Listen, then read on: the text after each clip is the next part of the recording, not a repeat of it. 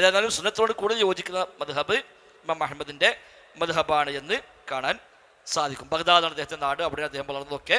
അന്ന് ബഗ്ദാദ് ഇൽമിൻ്റെ കേന്ദ്രമാണ്, ധാരാളം പണ്ഡിതന്മാരുള്ള സമയമാണ്. മൊത്തത്തിൽ അറിവിൻ്റെ കേന്ദ്രം എന്നറിയപ്പെടുന്ന അന്ന് ബഗ്ദാദാണ്. അതുകൊണ്ട് തന്നെ ധാരാളം പണ്ഡിതന്മാരുമായി ഇടപഴകാനും അവിടെ നിന്നൊക്കെ ദീനു പഠിക്കാനും എല്ലാം അദ്ദേഹത്തിന് അവസരം ലഭിച്ചിട്ടുണ്ട് എന്ന് കാണാൻ സാധിക്കും. അദ്ദേഹത്തിൻ്റെ പിതാവ് വളരെ ചെറുപ്പത്തിൽ മരണപ്പെട്ടാണ്. അദ്ദേഹം ചെറിയ കുട്ടിയാകുമ്പോൾ തന്നെ പിതാവ് മരണപ്പെട്ടു. അതുകൊണ്ട് മാതാവാണ് അദ്ദേഹത്തിൻ്റെ സംരക്ഷണം പിന്നീട് നിർവഹിച്ചു പോകുന്നത്. മാതാവും പൊതുവെ നല്ലൊരു പണ്ഡിത കുടുംബത്തിൽ ജനിച്ചവരാണ്.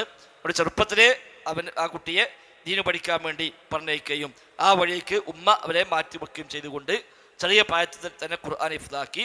അതേപോലെ വ്യത്യസ്തമായ വിജ്ഞാന മേഖലയിൽ നൈപുണ്യം നേടി.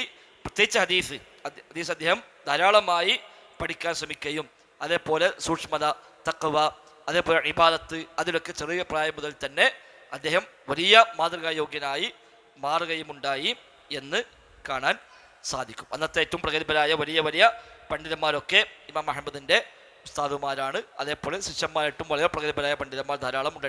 ഇമാം ഷാഫി അടക്കം ഇമാം അഹമ്മദിൻ്റെ ഉസ്താദുമാരിൽ എണ്ണപ്പെടുന്നു. അതേപോലെ ഖാദി അബു യൂസുഫ് മുമ്പ് പറഞ്ഞല്ലോ, ഇമാം അബൂ ഹനീഫയുടെ ഏറ്റവും അടുത്ത ശിഷ്യനെ ഖാദി അബു യൂസുഫ്. ആ ഖാദി അബു യൂസുഫിൻ്റെ ശിഷ്യനാണ് ഇമാം അഹമ്മദൊക്കെ. അപ്പോൾ ആ നിലയ്ക്ക് അന്നത്തെ പ്രഗത്ഭരായ പണ്ഡിതന്മാരിൽ നിന്ന് അദ്ദേഹത്തിന് ദീനു പഠിക്കാൻ അവസരം കിട്ടിയിട്ടുണ്ട്. അതുകൊണ്ട് തന്നെ അദ്ദേഹത്തിന് അവിടുത്തെ എല്ലാമുള്ള അറിവ് അദ്ദേഹത്തിന് നേടാൻ കഴിഞ്ഞു. ഈ വലിയ വലിയ പണ്ഡിതന്മാർക്കെല്ലാം കിട്ടിയത് അദ്ദേഹത്തിന് അവിടെ നിന്ന് നേടാൻ അവസരം കിട്ടി. അവിടെ ഹദീസ് അദ്ദേഹം കൂടുതൽ കണിശ പാലിക്കുകയും ഹദീസ് പഠിക്കാനും അത് ശേഖരിക്കാനും ഹിഫ്ളാക്കാനും അദ്ദേഹം ജീവിതത്തിൻ്റെ നല്ലൊരു ഭാഗം മാറ്റിവെക്കുകയും ചെയ്തു. അതുകൊണ്ട് അദ്ദേഹം ഇമാമുൽ മുഹദ്ദിസീൻ എന്നാണ് ആ കാലത്ത് അറിയപ്പെട്ടിരുന്നത്. ഇമാമുൽ മുഹദ്ദിസീൻ, ഹദീസ് പണ്ഡിതന്മാരുടെ ഇമാം എന്നുവരെ അറിയപ്പെടാൻ മാത്രം ഹദീസ് അദ്ദേഹം അവഗാഹം നേടി. ഇമാം ബുഖാരി റഹിമഹുല്ല സ്വഹീഹ് ബുഖാരിയുടെ ക്രോഡീകരണം പൂർത്തിയാക്കിയതിന് ശേഷം അത് പരിശോധിക്കാൻ കൊടുത്തത് ഇമാം അഹമ്മദിനാണെന്ന് കാണാൻ കഴിയും.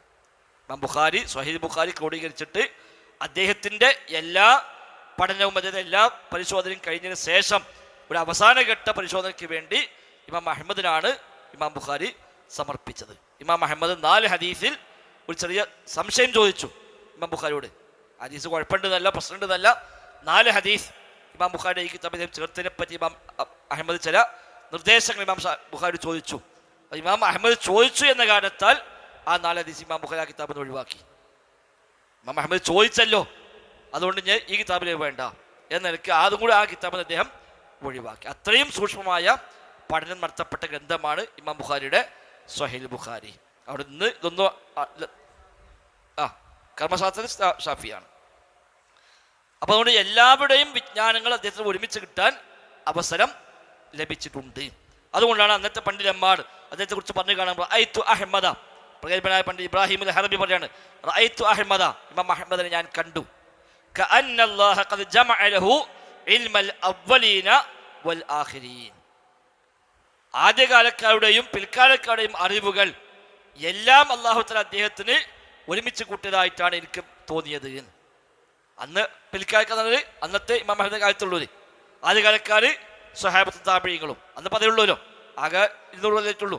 അപ്പോൾ ആദ്യക്കാരും പിൽക്കാലക്കാരും എന്ന് പറഞ്ഞാൽ സ്വഹാബത്ത് മുതൽ അതുവരെയുള്ള എല്ലാവരുടെയും അറിവുകൾ ഇമാം അഹമ്മദിന് അല്ലാഹു തആല ഒന്നിച്ച് നൽകിയിരിക്കുന്നു എന്നെനിക്ക് തോന്നി. ആ നിലയ്ക്ക് ഇമാം അഹമ്മദിനെ കണ്ടപ്പോൾ എനിക്ക് അനുഭവപ്പെട്ടത് എന്ന് ഇബ്രാഹിം അൽ ഹറബി റഹിമഹുല്ലാഹയെ കുറിച്ച് പറയുന്നുണ്ട്. ഇമാം ഷാഫി റഹിമഹുല്ലാഹ് പറയുന്നു, ഖറജ്തു മിൻ ബഗ്ദാദ, ഞാൻ ബഗ്ദാദിൽ നിന്ന് പോരുമ്പോൾ അവിടെ ഞാൻ കണ്ട, അവിടെ ബാക്കി വെച്ച് പോന്ന പണ്ഡിതന്മാരിൽ ഇമാം അഹ്മദിനേക്കാൾ ഏറെ അത്ഖാ വല അഫ്ഖഹ മിൻ ഇബ്നു ഹംബൽ. മോനോ അത്ഖാ വല അഫ്ഖഹ്, ഇമാം അഹ്മദിനേക്കാൾ തഖ്വയുള്ള ഒരാളെയും ഇമാം അഹ്മദിനേക്കാൾ ഇമാം അഹ്മദിനേക്കാൾ തഖ്വയുള്ള ഒരാളെയും ഇമാം അഹ്മദിനേക്കാൾ അഗാധ ജ്ഞാനമുള്ള ഒരാളെയും ഞാൻ ബഗ്ദാദിൽ മറ്റൊരാളെയും കണ്ടിട്ടില്ല എന്ന് ഇമാം ഷാഫി റഹിമഹുല്ലാഹ് ഇമാം അഹ്മദിനെ പറ്റി പറയുന്നുണ്ട്. ബഗ്ദാദിൽ ഞാൻ പോരുമ്പോൾ അവിടെ ബാക്കിയുള്ള പണ്ഡിതന്മാരിൽ ഏറ്റവും തഖ്വയുള്ളവർ ഇമാം അഹ്മദാണ്, ഏറ്റവും അഫ്ഖഹ്, ഏറ്റവും വലിയ ഫിഖഹുള്ളവൻ, അഗാധ ജ്ഞാനമുള്ളവർ ഇമാം അഹ്മദാണ് എന്ന് ഇമാം ഷാഫി റഹിമഹുല്ലാഹ് അദ്ദേഹത്തെക്കുറിച്ച് പറയുന്നുണ്ട്.